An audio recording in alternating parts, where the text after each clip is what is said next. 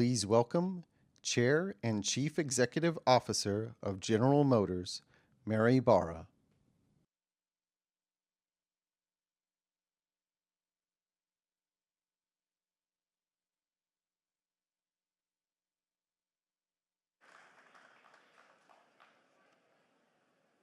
Thank you very much. Today marks our first presidential visit to the Milford Proving Ground. And it is my honor to welcome all of you, including our distinguished guests, and especially President Donald J. Trump. On the tracks and in our labs, we test everything we build in the U.S., from trucks that move America to technology that will take us back to the moon. And for 100 years, we have engineered and built our vehicles right here at home, because GM's story is part of this country's story. This month, we celebrate America's 250th anniversary, and I want to recognize the people who built this country, like the talented and dedicated team members with us today. We employ more people than any other automaker in the US, and we will spend more than $16 billion this year on manufacturing and research and development. This reflects our continued strong commitment to the United States. So thank you all for being here today.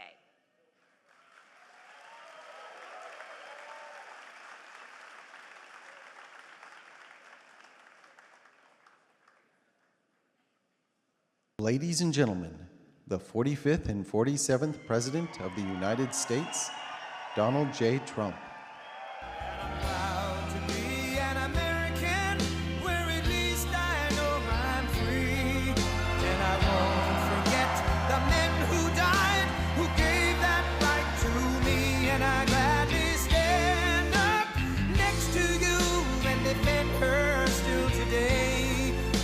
There ain't no doubt I love this land. God bless the USA.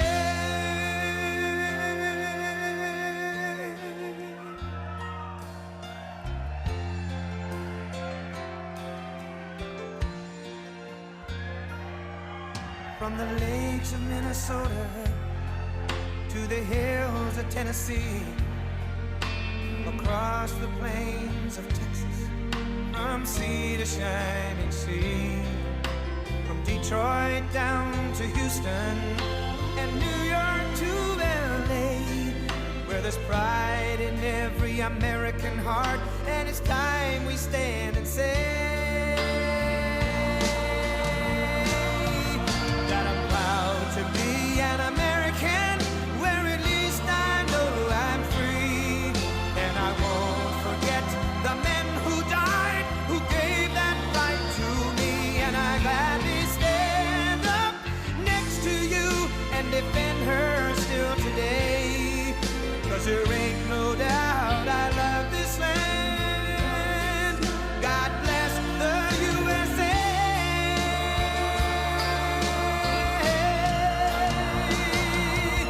And I'm proud to be an American, where at least I know I'm free, and I won't forget the men who died, who gave that right to me, and I gladly stand up next to you and defend her still today, 'cause there ain't no doubt I love this land. God bless the USA.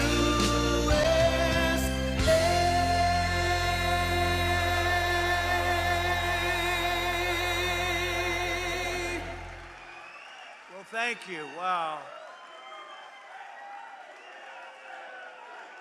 Thank you very much.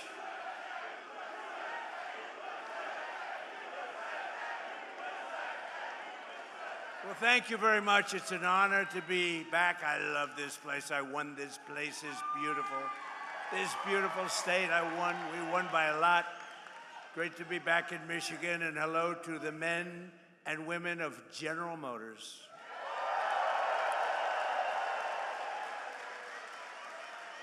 And before we begin, I have to say, so I have I had a wonderful father, right? And he was a hard worker. He was in the real estate business. And for him, super luxury. This is all he didn't want planes. They didn't have planes in those days, I don't think. He didn't want anything. You know what he wanted? A Cadillac every 2 years. This was to him the sign of luxury. This was the greatest thing. And he got every 2 years, like you could count on it. You could set your clocks by it. And by the way, speaking of that, let's get rid of daylight saving time stuff, okay? We have a bill in. Hopefully the Senate's going to approve that one. The House approved it, and we're going to get rid of that. Just to mention, you know, it's called the weave, right? We always get back to the right subject. But anyway, I did. I had a father, his luxury Mary, his super, that's all he wanted. He just wanted a brand new Cadillac, and I have to tell you a little secret. He had it stretched a little bit.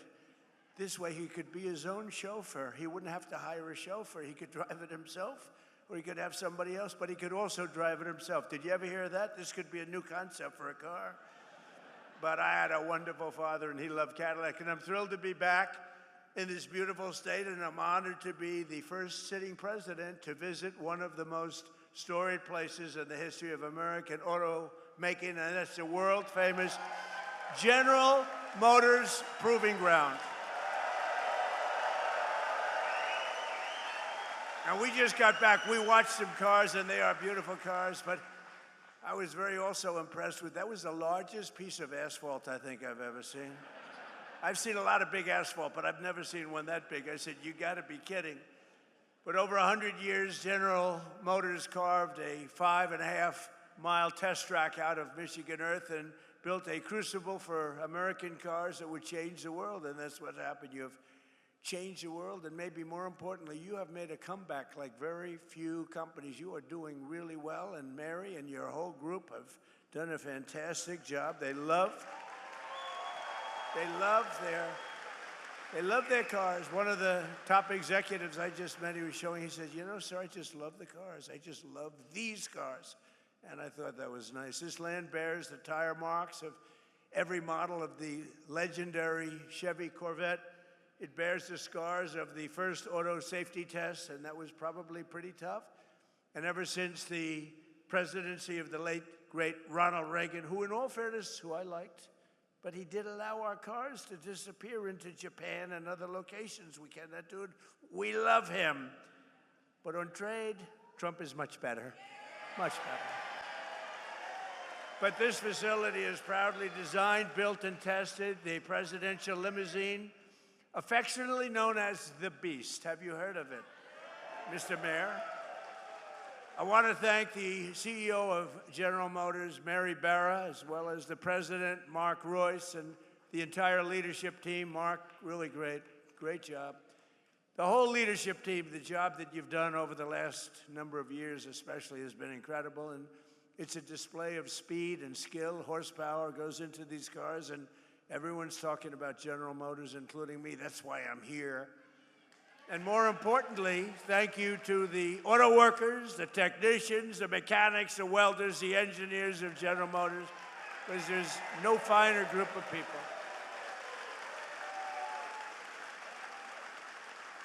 And it was workers like you who built this country, and now it's the men and women like you who are making it bigger, better, richer, and stronger than ever before. We are doing unbelievably well as a country. We're building more auto factories and more plants than at any time in the history of our country. And someday the fake news is going to be writing stories about it. They don't like to write those stories. That's why they call them the fake news.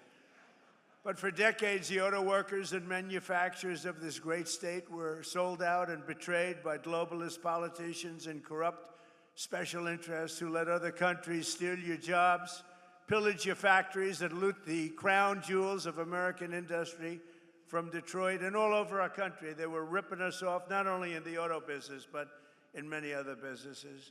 Every president before me promised to stop it, but none of them did anything. They did nothing. But now, at long last, Michigan finally has a president who stands up for Michigan auto workers and puts America first. You know, you had a leader, I don't know if he's still with you, Sean Fain or something. This guy was bad news. I never spoke to him, never saw him. He was a Democrat.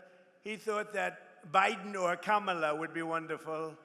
You would have, Mary, I hate to say it, you wouldn't have an auto industry right now if they got elected. You wouldn't have an auto industry.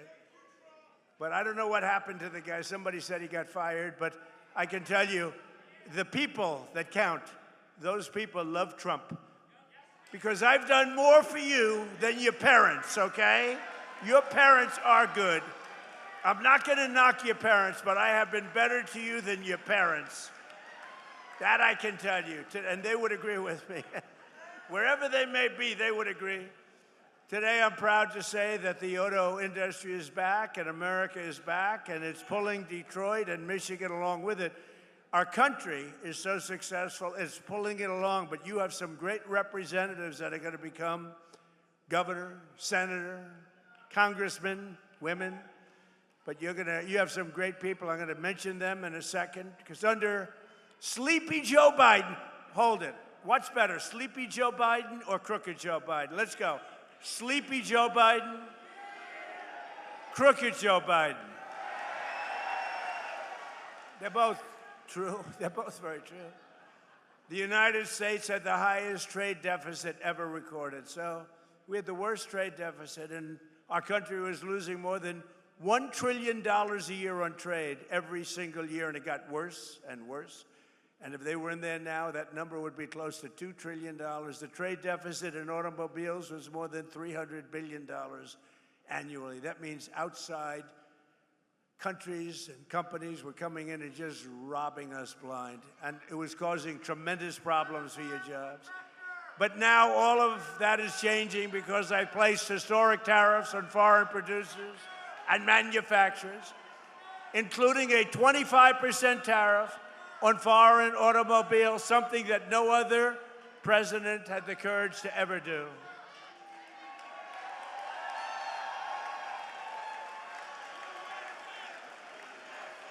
He's a communist.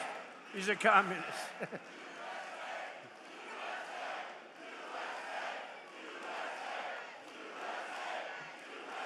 Thank you.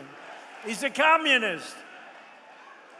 We're running against communists. Now, this is great. What's going on? But we're going to win very big. No, I didn't even hear the guy. I think, I don't know. You see what they want to do? You see what they want to do? They want to take your houses. They want to do things that nobody's ever even thought of before. They want to take your money. They want to raise your tax up to 80%. I gave you the biggest tax cut in the history of our country, so we'll keep it that way. And I said this morning, they also want to fire the police. They don't want police and they don't want prisons anymore. I think that's a great idea. Does everybody like that idea? No police. They want no police and they want no prisons.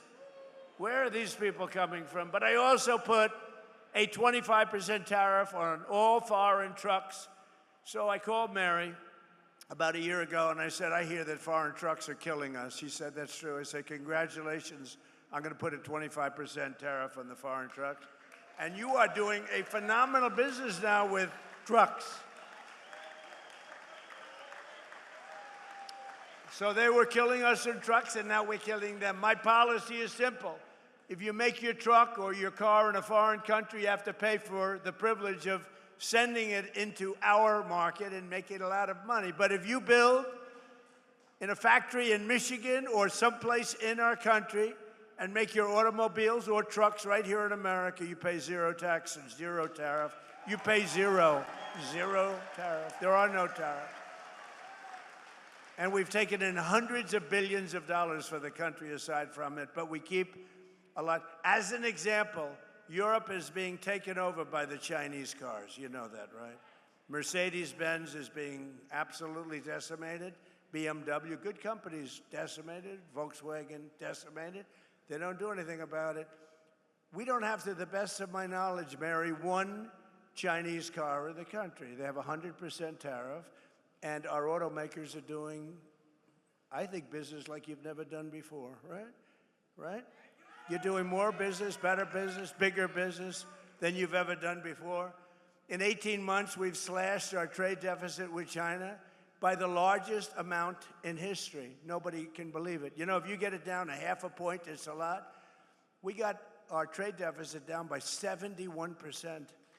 71%. Worldwide.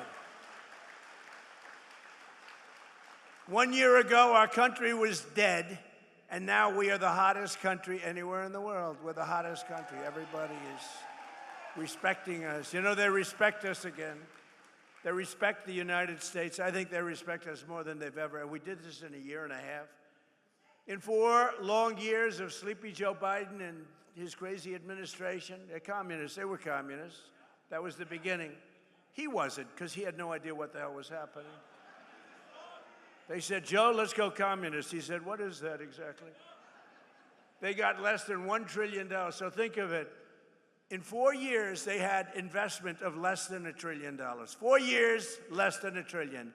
In 1 year, my administration secured commitments of more than $19.2 trillion from all over the globe. Think of that. 1 year, 19.2. If they got in, and they were essentially, they didn't think of themselves as communists, but they were. But now you have down and out communists. I mean, these people are down and out. And remember, you go communist, nothing good happens. That's been proven for 1,000 years using different names. But right here in Michigan, General Motors is expanding operations at its Factory Zero. Do you know what Factory Zero is? What the hell does that mean, Mary? Factory Zero? You're going to have to explain. In Detroit to produce some of America's most iconic vehicles, including the Chevy, well, I hear it's good, Silverado, right? The Silverado, really hot, right? It's going to be hotter after today. The GMC Sierra, the world-famous Hummer. I got to look at some of these. In fact, I said to Mary, how about sending me a couple? And one and only the Escalade. You know, we ordered, I think, 250 Escalades, right? We ordered 250 Escalades. That's so we look sharp in those cavalcades, you know? We look sharp in those Escalades. Our guys are very spoiled. They're very spoiled. They like the Escalade, so do I. They were great to deal with. General Motors, they're making literally 250 of them, and it was about time.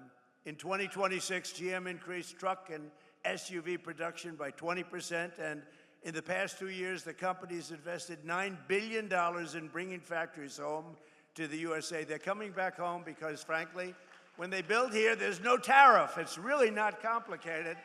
A lot of people don't understand that. They say, oh, what does it mean? They have no idea. They don't have a clue. But Mary understood it. Her whole group understood it, and they're coming back home where they belong. So I just want to congratulate General Motors. That's why I'm here today. I'm very proud of General Motors. For years, you watch companies move production from America down to Mexico. Mexico. I love the way there's a very nice president of Mexico. You know that. She's very nice, and she speaks beautifully, and she calls it Mexico. So I said to a group the other day, and we will stop all business going to Mexico. And they didn't know what the hell I was talking about. It didn't come out as well, Sean. It didn't come out as well. This is a great gentleman, heads up transportation. He's also world championship tree climber, 5-time champion tree climber. Can you imagine? I only hire these crazy people that do things like that. He was the lumberjack. He was the world champion going up a tree 100 feet, right? That's high. I saw an old picture of you doing it. I said, he's crazy. That's why I like him. But he's a 5-time world champion. You know who that is. So, and his wife maybe is even superior, a big star of television, Rachel. She's doing all right. Sean Duffy, Rachel Campus Duffy. But you know, I liked him a lot. I always liked him. But when I heard he was a world champion of a tree, but any kind of world champion I'm okay with. When you're a world champion of anything, but that's pretty good. But down in Mexico, and they're coming back, and production's moving from Mexico, and companies are actually moving production from Mexico back to America. Before they left, they went the other way. Now they're all coming back. Toyota, Hyundai, and others are relocating production back to the U.S. Ford is investing $3 billion to build parts of its new pickup truck in central Michigan. All these things I told you, but only Brian. Where's Brian? Come here, get up here, Brian, will you please? He's the only guy that believed me. But boy, did he believe me. I wanted to, just hop over. Come on, don't worry about it, Secret Service, he's okay. Come on up here, Brian. See the way he can do that? Look at that. He evaded Secret. I'm sure they're thrilled. Come here, say a few words. Thank you, Mr. President. Well, we can thank this gentleman right here for all these jobs coming back, and I hear it all the time from all my connections at all the different auto plants around the Metro Detroit area. Jobs are coming back to America. You know, Kamala Harris was running against this guy when he ran for re-election. She wanted to get rid of the internal combustion engine, and crazy Sean Fain endorsed her. So we've got to change the mindset. We've got to build, if they want to sell in our market, they got to build it in our market. And that's what this guy told them. So thank you, Mr. President. It's because of you, you saved our domestic auto industry. Thank you.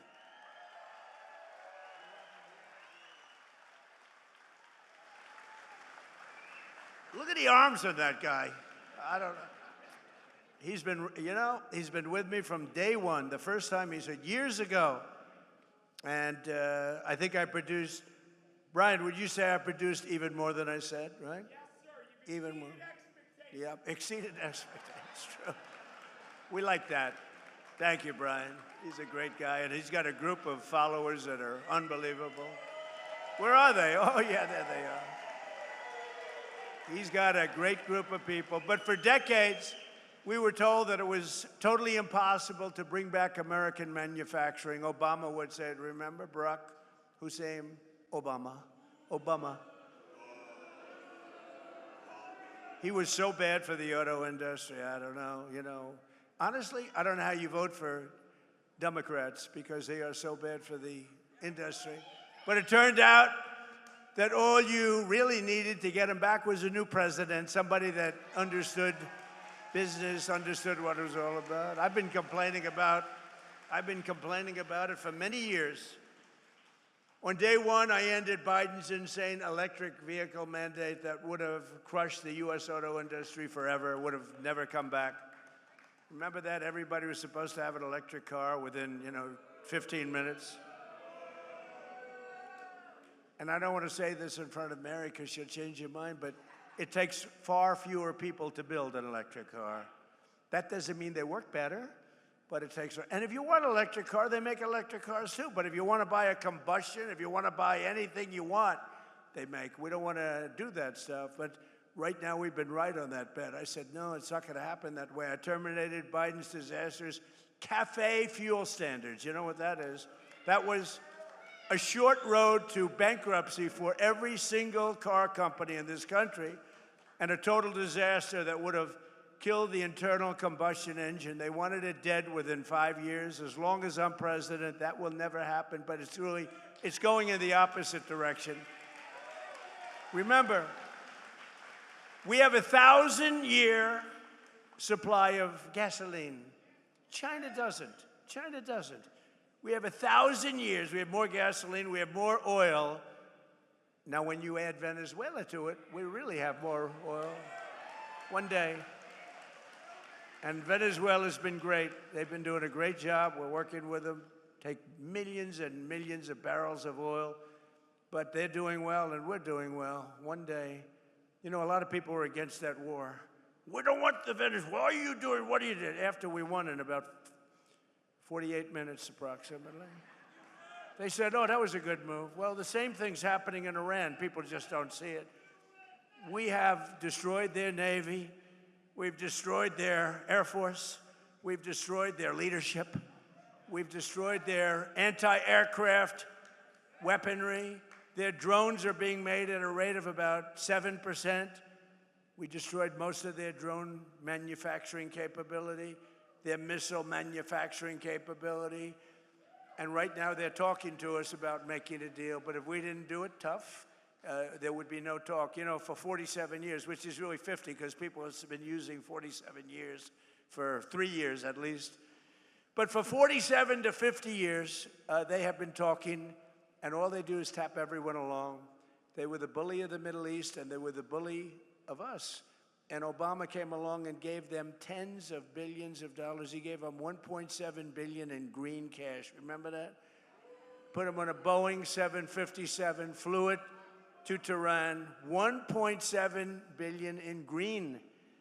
He thought he could bribe them, and instead they thought, what a stupid country this is. How stupid.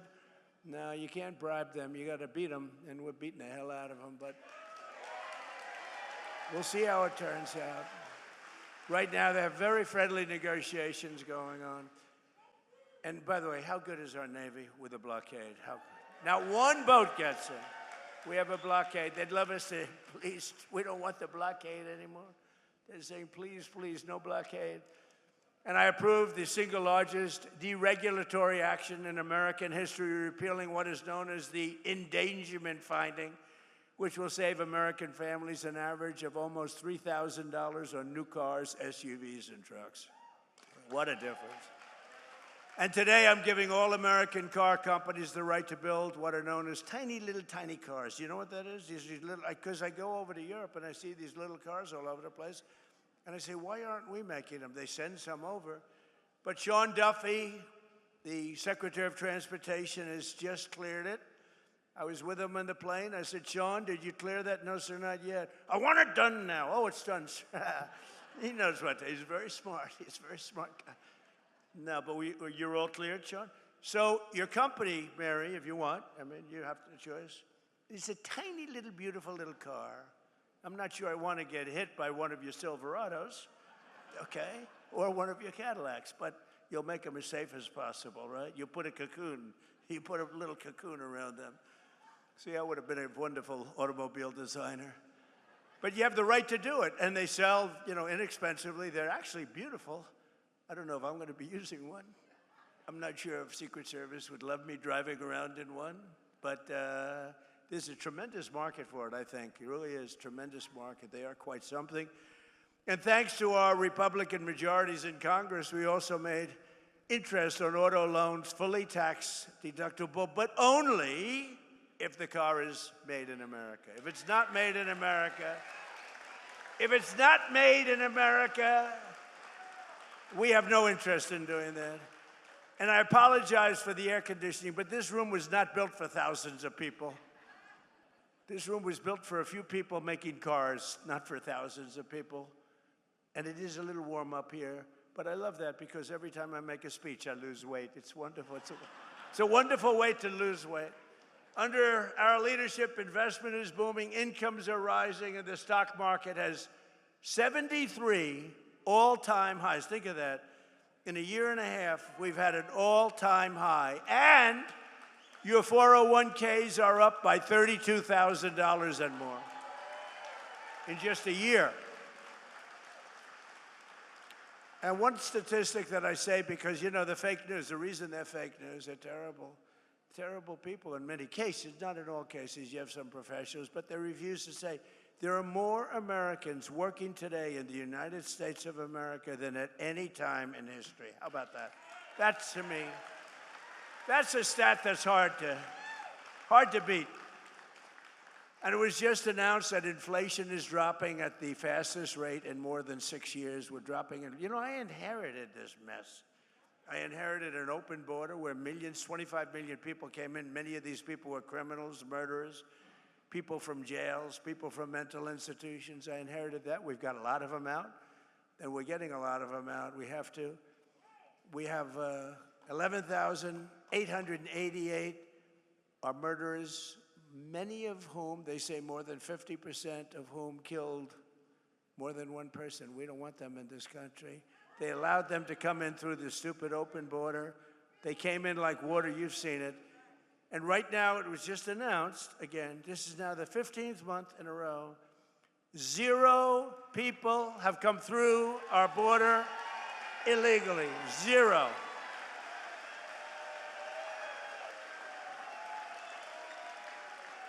But it all started, I won the election. We won in a landslide, by the way, and won this state so big. This is always a hard state. I don't know why it's hard to win, but it seems to be for Republicans, but it probably won't be anymore. We have great candidates. But it's really amazing. They always try and blame me for high prices. I have my first news conference. I win. I have a news conference like a day later. And I say, any questions? Why are prices so high? You have to understand, I just got there. They say eggs. I remember eggs. Eggs were like 4 or 5 times higher than they were a few years ago. You couldn't get eggs. They wanted me to use plastic eggs for the Easter egg hunt because they were unable to get eggs. And I said, we'll take care of it. We got it taken care of quickly. Now eggs are much lower than they were when we first started. And that's true with everything else. And you'll see how true it's going to be after we get rid of the nuclear threat of Iran, which will be very quickly. But I had nothing to do with it. And they have this term. So here I am. I'm one day in office, and the fake news goes, affordability, affordability. I said, what's affordability? What's that all about? Prices are too high. I said, I'm here for less than 24 hours.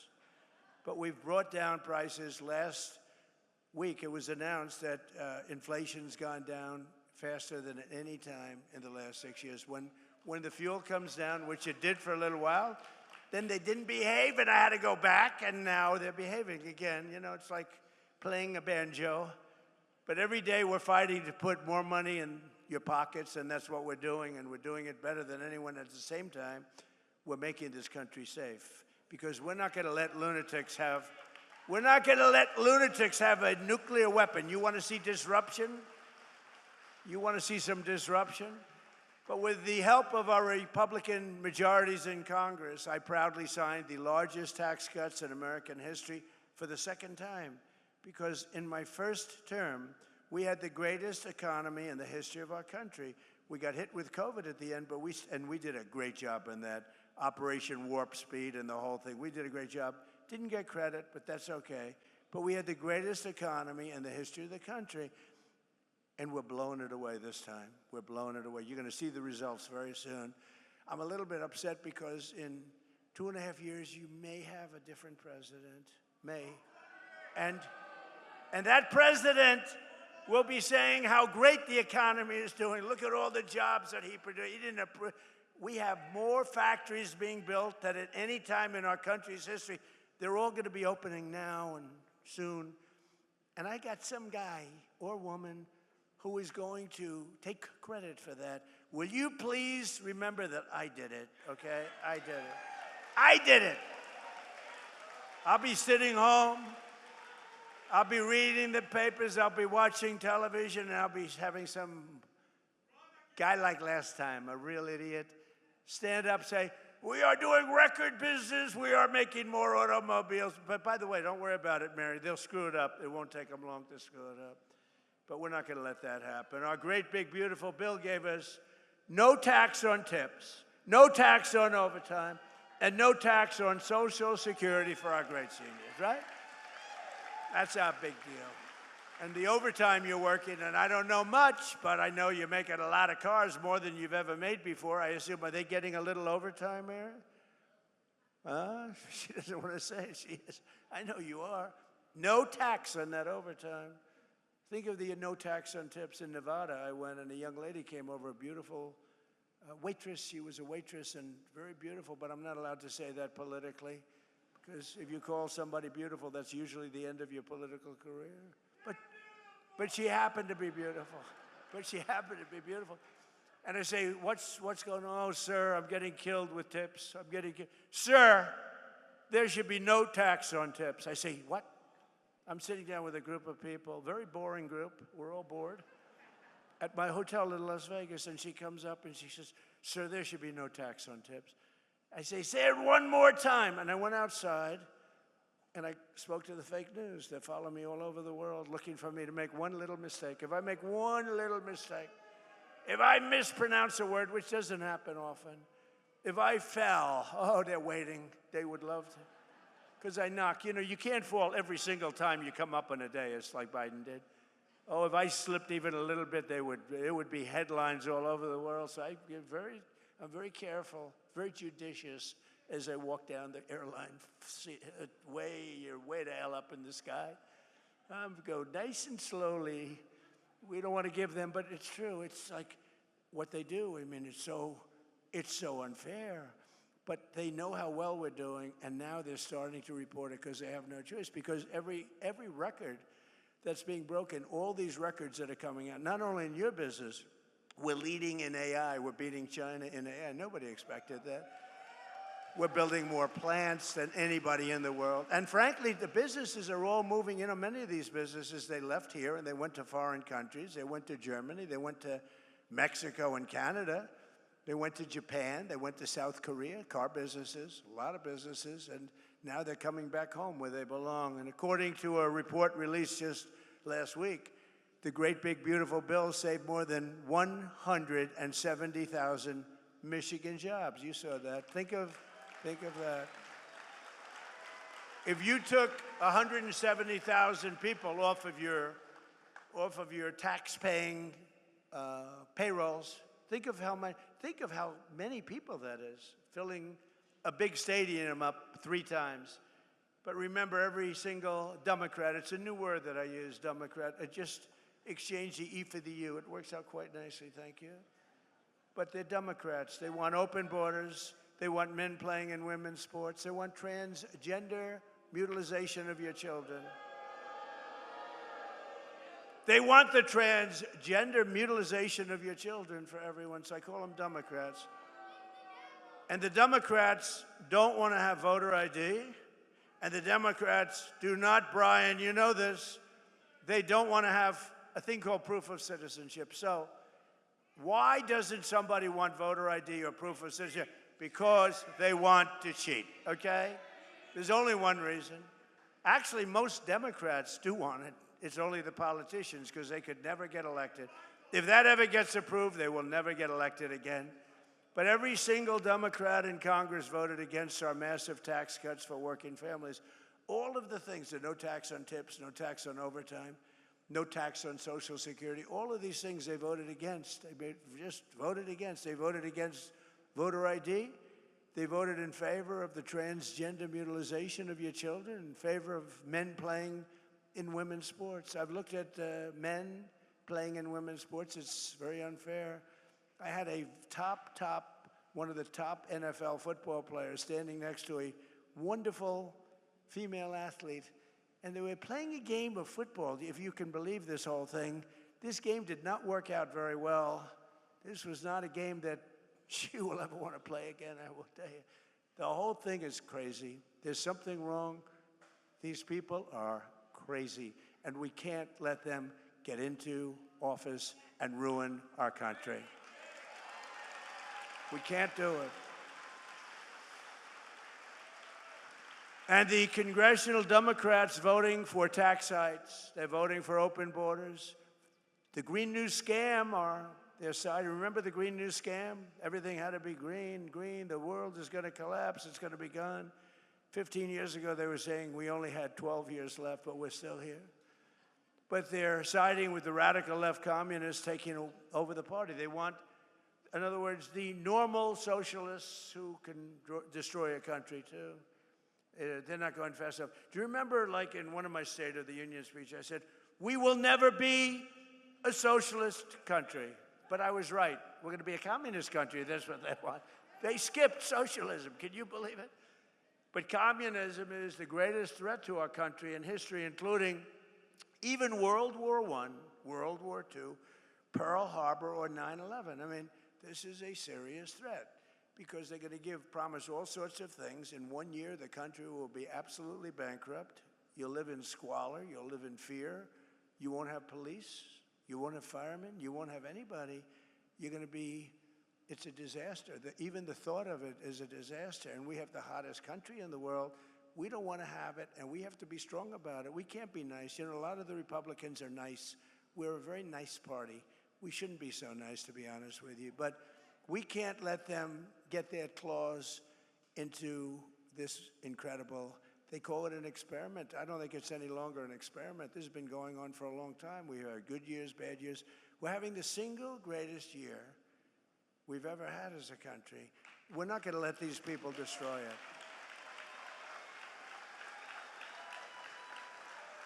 And you know the other thing, I'm just thinking now, you know, I do a lot of these speeches and I end up reading about 20%. Isn't it nice to know that you have somebody that doesn't have to read a speech? And it's even better to know that you have somebody that can read a speech if he wants to. The other guy couldn't even read a speech. But I'm just thinking about it. This is maybe going to make news because I've never said it. I'm just thinking about now, when they take something over, it's always dirty. The sidewalks are dirty. The people are, I hate to say this, not clean, okay? The curbs are loaded with you-know-what. The smell is terrible.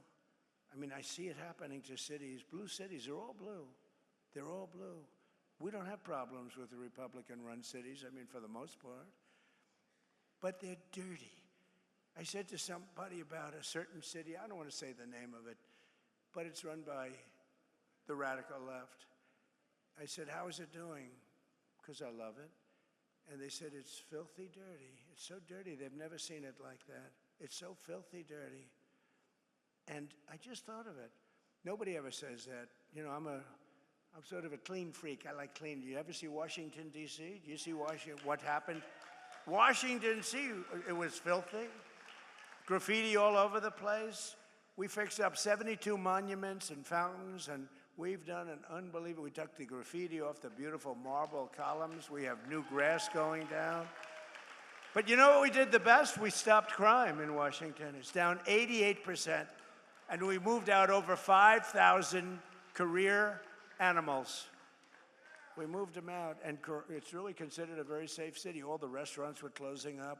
Nobody wanted to operate a restaurant. We have a great restaurant here. Where are you from, Michigan? Where's my restaurateur? He was one of the great. Where's Mark? Mark, you're right. How'd you get such a good seat? He's a great restaurateur, but everything you have is clean.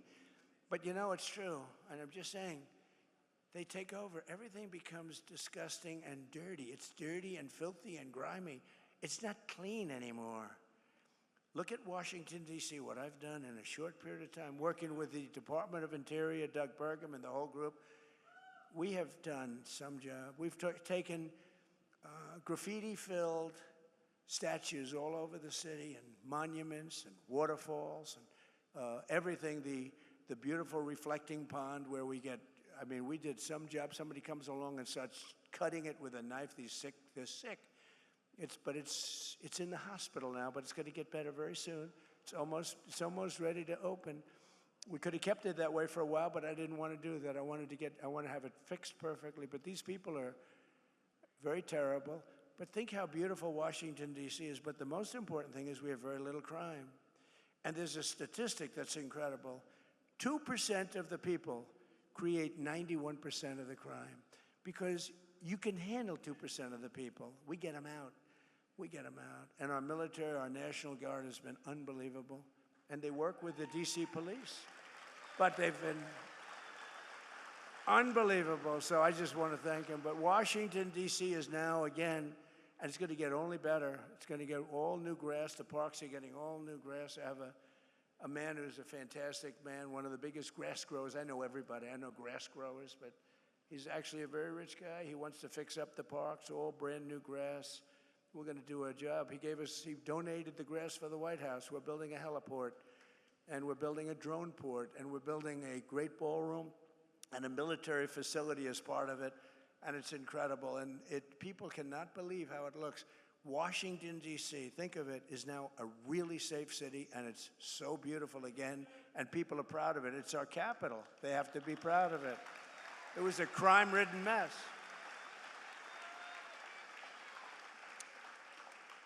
And the other thing, I got a call from the governor of Louisiana, and he said, sir, we have Mardi Gras coming up in New Orleans. Could you please help us? We are such a disaster. The crime is so bad, and they've had a lot of problems with crime.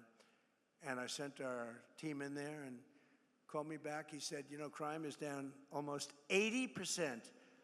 Think of that, almost 80%. This was 8 months ago. And they had the safest Mardi Gras they've ever had. And in Memphis, Tennessee, the governor called, and the mayor called, the Democrat mayor called, they need help. And Memphis was very, very dangerous. Companies were leaving, too much danger. It was really dangerous. You couldn't walk down the street.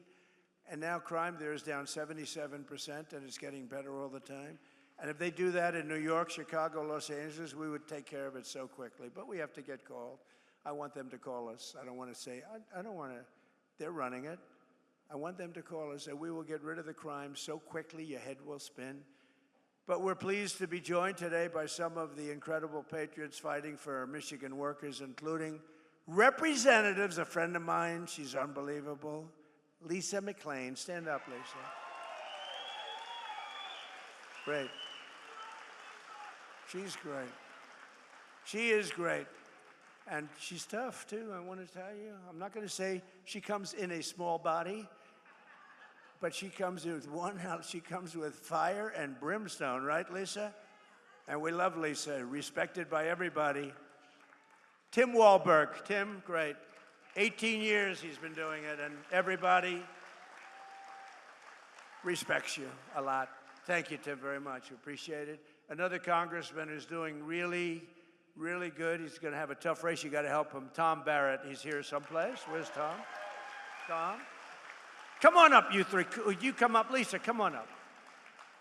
And John James, come up. You have to win, John James. You have to win. I also want to thank Secretary of Transportation Sean Duffy, Michigan House Speaker Matt Hall, Army National Guard Captain Mike Bouchard. Where's your father, Mike? Where's your father? Where's Mike? I just met your father. He's the best-looking police. Where's Mike? You want to come up? Come up here. Come here. Your father's so proud of you. He's standing and he had more medals than anybody I've ever seen. He's saying, my son is doing good, sir. I said, he is doing good.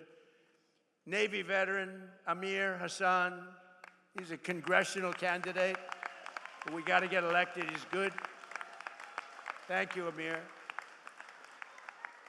And Amir comes from a great General Motors family, a long line of General Motors, and former congressman. So here's a man who's running for the Senate.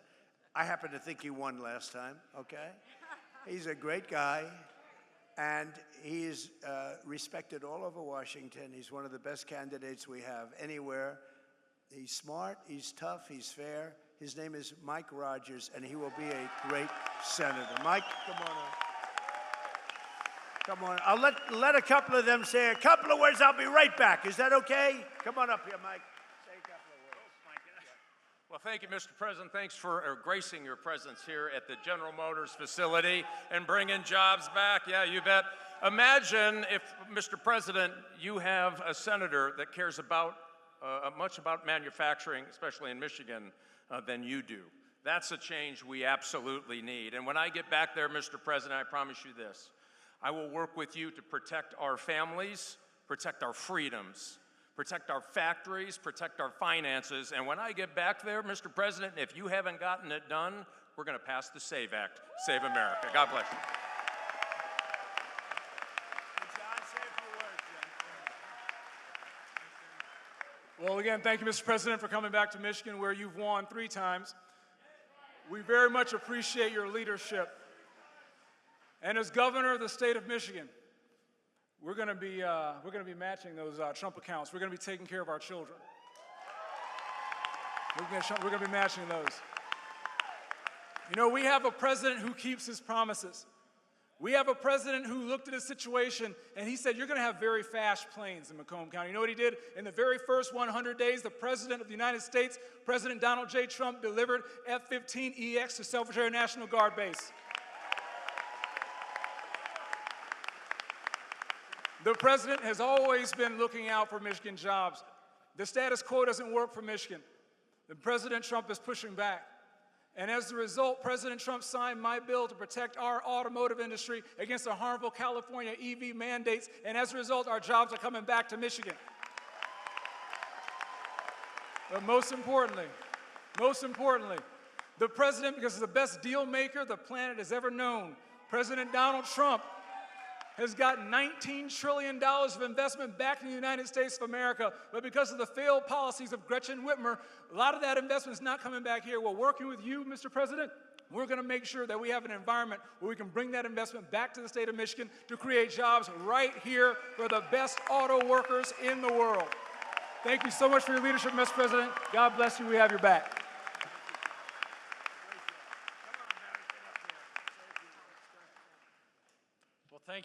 Thank you, Mr. President. Thank you for coming back to Michigan, and thank you for putting our men and women who build things first and foremost in the American economy.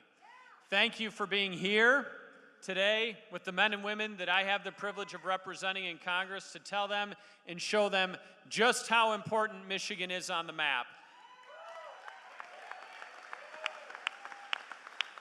The hard work of the people here put America on wheels, puts our economy on overdrive, and provides livelihoods for families across our country, especially right here in Michigan. Manufacturing is our largest industry.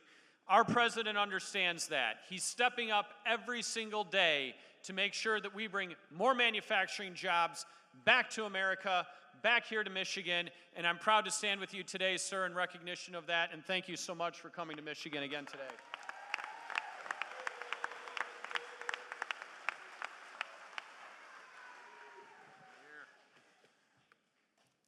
Talk about the American dream. Born and raised in Flint, Michigan, the birthplace of General Motors. Son of a father, a grandfather, a grandmother, an aunt, an uncle that all work for General Motors. Son of an educator. Protecting America, getting back to the fundamentals and the foundation that made us great in the beginning, that's what we're doing this cycle. The contrast is clear, the time is now. If you love America, make noise. If you believe in first responders, make some noise. If you back our military, make some noise. And if you're proud to be a conservative,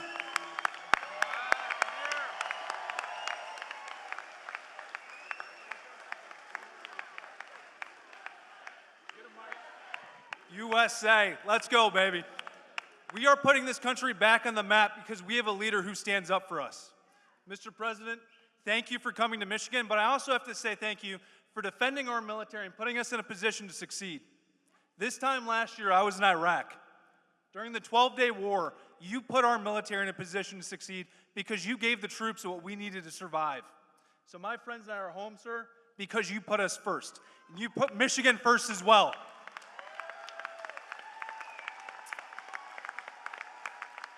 It took 47 years to stand up and say lunatics can't have nuclear weapons. It also took decades to reshore jobs. Reshoring jobs wasn't a thing that we talked about before President Trump came back. Now jobs are coming back to Michigan because we have leaders to stand up for us. We need to win this election in November so we can keep growing. Thank you, Mr. President. Let's go, Michigan.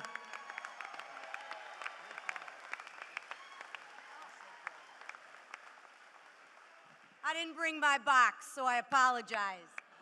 But take a moment and look around. Look at how many people are filling this manufacturing facility.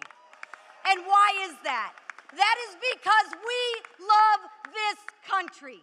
And I'm going to share with you, if you love this country, you have got to get out there and make some noise. You have got to get out there and vote. You have got to get out there and tell your friends, your neighbors, anybody who will listen, that this is an election between common sense and communist crazy. And the leader of our party, President Donald J. Trump, isn't resting on his laurels. Promises made, promises kept. He told you he was going to secure the border. What did he do? He secured the border. He told you he was going to make his tax cuts permanent. And what did he do? He made your tax cuts permanent. The last thing we need to do is make sure we pass that Save America Act. And we will do that because we will secure our elections to make sure that this country continues to live in a democracy, to continue to be a republic, because there is nobody that loves this country greater than the man standing behind me, and that's our president, Donald J. Trump.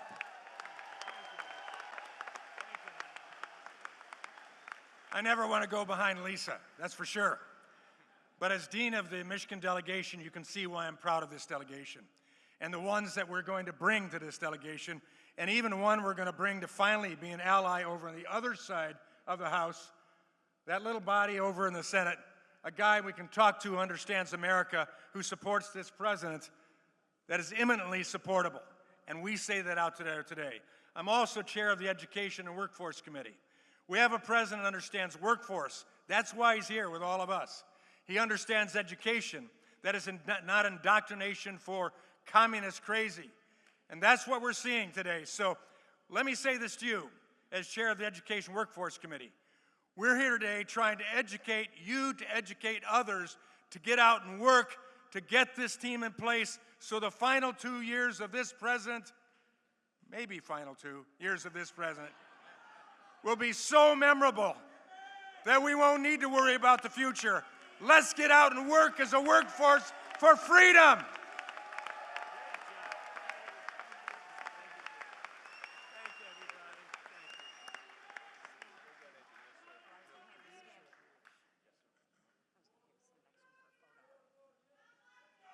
Thank you, everybody. Thank you. Thank you. Thank you. Thank you very much. What a group. Thank you very much. That's a great group. We got to get them elected. Also with us is the mayor of Hamtramck, Amir Galib. Thank you very much, Mr. Mayor. And Mark, thank you very much for being here. Mark Zarkin, a great guy. And a man who's been with me from the very beginning. Again, I have to do it because this guy has been like, he got it a long time ago. Brian, thank you very much, Brian. Thank you. Thank you very much. Especially, he has been right from he got it right from day one, you know? So we don't forget that. 18 months ago, we inherited a catastrophe from the Biden and from the radical left Democrats. They created the worst inflation in 48 years, wide open borders with millions and millions of people from mental institutions, insane asylums, the world's worst prisons pouring into our country from all over the world they came. They came from South America, they came from the Congo, they came from places from all over the world. We had transgender for everybody, men playing in women's sports, crime ravaging our cities, and the whole world was laughing at us as a stupid nation. They called us a stupid nation. But they're not laughing anymore. America is respected again, I think like we've never been respected before. You saw I went to the G20, I went to the G7, I went wherever we go, they're looking at us as the real leader again. For a long time that hadn't taken place. Under our leadership, we're making the largest ever investment in the United States Armed Forces. And right here in Michigan, I got 21 new F-15EX Eagle IIs for Selfridge Air National Guard Base, ensuring that Michigan stays at the cutting edge of North American air power. Selfridge was very, very important. It's a big deal. It was closed. It was over. It was going to be closed. Now it's open. We have the strongest military anywhere in the world by far. We have the greatest people. We have the best equipment in the world. I built it during my first term, and I'm using it now. We had no choice. Again, we can't let what was happening in Venezuela go on, and I was very decisive, but we can't let what was and is going on. They killed 52,000 protesters, think of it, in a 4-month period. 52,000 in Iran. But we've already paid for the Venezuela operation, as I said, and likewise we're winning big time with the Islamic Republic of Iran, and we're ensuring that they never have a nuclear weapon. When somebody comes up and says, why are we doing this? Just say, because we cannot let them have a nuclear weapon. It's very simple. That's all you have to say.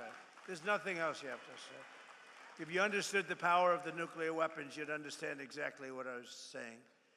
When I took office, we inherited the worst border in U.S. history, but we quickly turned it into the most secure border in the history of our country by far. And in the past 14 months, a number that's not even believable, but it is what it is. It's published every month. a historic record of 0 illegal aliens have been admitted into the United States. 0. And now, as you've been reading, crime is plummeting nationwide. Last year, we achieved the largest drop in the murder rate ever recorded to the lowest level in 125 years, 1900. That's before my father. Bring up my father. That's before my father was born. 125 years, lowest murder rate. And that's despite the fact that we have people in this country that shouldn't be here. That's despite that. But a lot of them are being brought out very rapidly. Under my most favored nation policy on drug prices, we're delivering the largest prescription drug price cuts in the history of our country by far, with differences of 400, 500, and even 600%. Nobody can believe it. We were the highest priced for decades, the highest priced in the world for drugs, prescription drugs, and now we're the lowest price in the world. So you think that was, I won't bore you with the way I did it, but no other president was able to do it. I'm not sure they even tried, but all of you have to go out and go to TrumpRx.gov, TrumpRx.gov, and you're going to find that you're going to buy whatever you're looking for at a tiny fraction of what you were paying. To stop the massive theft of taxpayer dollars, we ended Medicaid for illegal immigrants, and we launched the war on fraud, led by our great Vice President, J.D. Vance. It's having a tremendous, we're finding unbelievable levels of fraud. Minnesota, that governor is so crooked. Ilhan Omar with her brother, so crooked. But it's all under very serious investigation. We're finding billions of dollars, billions. In just 18 months, we've turned this country completely around, and it's still, we're going to do still better, but we have a turn. We're hot. Jobs are up. Inflation is down. Our border is secure. Factories are opening at record levels. Investment is booming. Michigan is thriving. America is winning like never before. And again, Iran will never have a nuclear weapon. With the help of our Republican majorities in Congress, we will crush violent crime to the lowest levels ever, impose harsh new penalties for dangerous repeat offenders. They are very bad. Crack down on Marxist prosecutors, and we will end no cash bail, which really got the crime started more than any other single event. No cash bail. You kill somebody and you walk out. We will pass the Great Health Care Plan. That's what it's called, the Great Health Care Plan, to stop all payments to big insurance companies and give the money directly to you, the people, so that they can buy their own health care, which will be much less expensive and be a much better health care. Very simple. And the Democrats are fighting us on that one, too. They're fighting us as hard as you can fight because, you know what? They happen to be owned by the insurance companies. The insurance companies receive billions and billions of dollars a year. They own the Democrats. And the Democrats, they don't want to debate it. They just want to fight it. And we want to give the money directly to the people, and you go out and you buy your own health care. You'll get great health care and have lots of money left over. And we will continue to remove dangerous criminals, drug dealers, human traffickers, and child predators from our country. And we will always stand with the heroes of ICE and Border Patrol. They are heroes. The abuse they're taking. If you saw some of the people they have to deal with, if you saw the toughness and the craziness and the, boy, oh boy, the roughest people really in the world, they were led into our country by Biden and the group. By probably, I don't even know if he knew. I don't even know that he knew people were coming in. I don't think they told him. But they were coming into our country, and they are the roughest people in the world. Remember, they used to say, oh, foreign people don't commit crime. They make our criminals look like babies. It's the only thing good about them. They make our people look like absolute babies. But they are, you don't get rough. Tren de Aragua, the roughest in the world. They cut off people's fingers so they don't make a phone call. You're going to make a phone call? I'd like to call the police. Boom, their fingers are gone. These are the roughest and worst people in the world. They're out of here. We've got them largely out of here. We can never let that happen again. Could never let it happen. Single most difficult thing that I've had to work with. And finally, we will pass the Save America Act through the Senate, hopefully the Senate. Call your senators and put pressure on them. We won't get one Democrat senator to get you voter ID with photo. Need a photo, be nice. So okay, good. You know, they want to, if they did ID, which they don't want to do, they don't want a photo. Why don't they want to? You know, at the Democrat National Convention, they had an identification card that was bigger than most of the people's chest. It was hung on a chain with a picture and every fact about this person you can imagine. But for voting, our most sacred thing, you don't need, they say, voter ID. So we want voter photo ID. And we want all voters showing proof of a thing called citizenship. Isn't that nice? You read recently in New Jersey where tremendous numbers of people were found out that they were on the voter rolls totally illegally, and that's all over the country. That's nothing compared to what's going on in California and Minnesota and so many other states. And hopefully there will be no mail-in ballots. Mail-in ballots are inherently corrupt, except for illness, disability, military deployment, or travel. If you're in the military, you're far away, absolutely. If you have to go someplace, absolutely. But mail-in ballots have proven to be a disaster. We're the only country in the world that in this form does them. There's no other country in the world because they're crooked. They pass through too many hands. When you go to a voter booth, even me, I went to vote. Sir, may I please see your identification? Sir, I'm so embarrassed. I know you're Trump. Please, do you have some identification? I don't want to lose my job.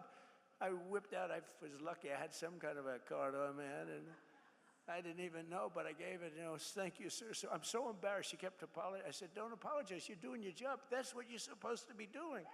It was so beautiful. And we will enshrine in permanent law, where we had a big Supreme Court victory the other day, but not complete, no men in women's sports, and no transgender surgery, and the mutilization of your children. They mutilize your children. So, ladies and gentlemen of Michigan, the golden age of America is upon us. We're in the golden age. This is an age like no other. And the men and women of the American auto industry and General Motors are leading the way. And I'm so proud of it because, as Brian and others in the room know, I fought for this for years. I was here 25 years ago. I got Man of the Year. Oh, by the way, the press questioned that, and then they found out it was true, actually. And I made a speech, and all I talked about was, why are you letting them steal your auto industry? I said, your auto industry is being stolen. It's going to Germany and Mexico and Japan and South Korea and Canada. Why are you letting it happen? They stole over 50%. It's all coming back. Who would think it's all coming back? It's all coming back right now. More plants being built than at any time in the history of our country. With your help and patriots all across this magnificent land, we will make America powerful again. We will make America wealthy again. We will make America healthy again. We will make America strong again. We will make America proud again. We will make America safe again. And we will make America great again. Thank you, Michigan. Thank you very much. God bless you all. Thank you very much. Thank you.